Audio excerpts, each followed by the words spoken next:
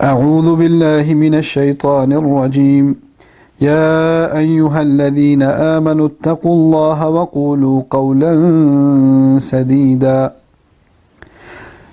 الحمد لله رب العالمين والصلاة والسلام على سيد الأنبياء والمرسلين وعلى آله وصحبه أجمعين. Assalamu alaikum, Quran Weekly. Today I'm sharing with you one of my favorite ayat of Surah Al-Ahzab. This is Juz number 22, Surah number 33. And Allah says, those of you who claim to have faith, be cautious of Allah, ittaqullah.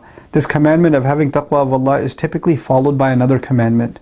And it's actually as though to say that being cautious of Allah and being aware of the presence of Allah and being careful not to disappoint Allah or disobey Him has manifestations. And one of its manifestations is what I'm about to tell you. So one way you can have taqwa is by doing what Allah is about to tell you in this ayah. And that is, وَقُولُوا قَوْلًا سَدِيدًا. Rough translation says, and say that which is right. Say the right thing. Qulu qawlan is simple language, speak. Speak, and whenever you speak, here's the kind of speech it should be, sadid. Sadid comes from the Arabic word sad. Ighlaqul khalal, they say. Something that removes a gap. Sad is also a dam, like the dams that block the water from coming. Like in Surah Al-Kahf, Bayni wa baynahum sadda, or baynana wa baynahum sadda. Put a dam between us. Now what a sad does is there's no gaps in it, so no water can get through, and it prevents water from leaking over, right? So one of the implications of sadid is that you have to speak in a way that doesn't leave room for misinterpretation.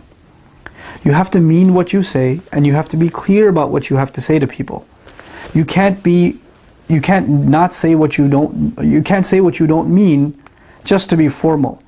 Sometimes because there's formalities, people say things like, you're resigning from the company, you write an email and you're like, I really appreciated my time here and I thank the management for this and that and the other. You're writing this whole thing. But in your heart, you're like, I hate these people. I can't believe I'm leaving this company. These people are so disgusting, etc., etc. There's completely opposite thoughts in your mind and what you're putting down in writing. This is not clear speech and this is not open speech. You don't have to be disrespectful in your speech, but you have to be honest to yourself. Now, one of the most powerful manifestations of this that I want to talk to you guys today about is one of the things Allah commands us to say just because we're Muslim, and that is Assalamu alaikum.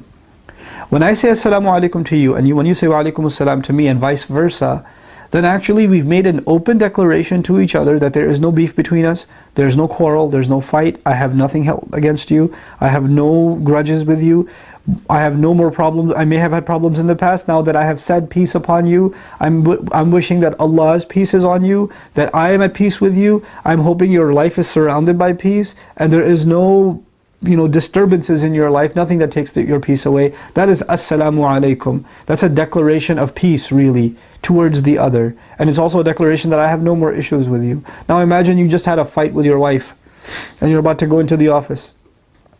Before you slam the door, you're like, Assalamu alaikum. She says, Wa alaikum assalam. Slam the door. That's not qawl sadid. You didn't say what you meant. You didn't mean peace. You just said it because you kind of have to say it. When the Prophet commands us, sallallahu alayhi wasallam, you shouldn't talk to, three days shouldn't go by and you haven't said salam to your brother. That doesn't mean you 2.5 days later call the guy and like, hey, Assalamu alaikum. Wa alaikum assalam. Hang up. That's over. That's not what the point is. The point is when you say salam and you say what you mean, because the ayah says when you speak what you mean, it's over, it's done. Well, let's move on. So salam itself, if we understood what assalamu alaikum meant, and if that became qawl sadid for us, then our relationships would be totally different. Allah wouldn't let us hold grudges. Like just the sunnah of assalamu alaikum keeps us from holding grudges, subhanallah. And then finally, the meaning of sadid also is as-sawab min al-qawl, correct speech. Not only say what you mean, say the right thing. Say the right thing.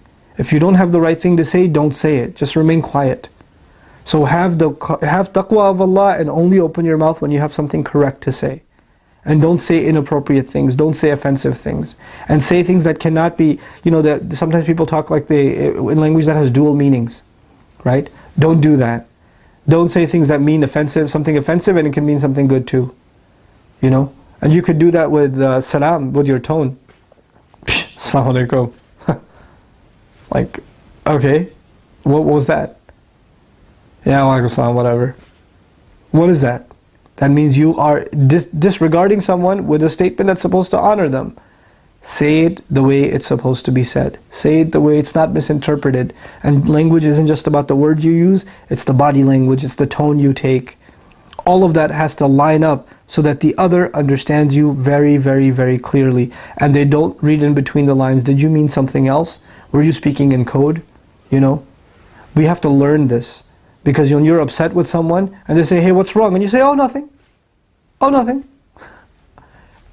Yes, there is something wrong. And you need to find a respectful way, not to vent, but to let others know when something's wrong. This is part of qawl sadid also. May Allah give us the ability to be clear in our speech with each other, and may Allah really give us the ability to turn our salams into qawl sadid, into real clear and meaningful speech that gets rid of all of our grudges that we have against each other. And may Allah give us the strength to forgive one another and build on our relationships, even though we make mistakes towards each other along the way. Barakallahu li wa lakum, wassalamu alaikum wa rahmatullahi wa barakatuh. One of my favorite ayat of Surah Al-Ahzab, ayah number 70. This is the 22nd Juz Quran Weekly that we are doing. Okay, fine. Let's just start. Fine. Or you want to do the ayah again? Yeah. The short ayah? Yeah, sure.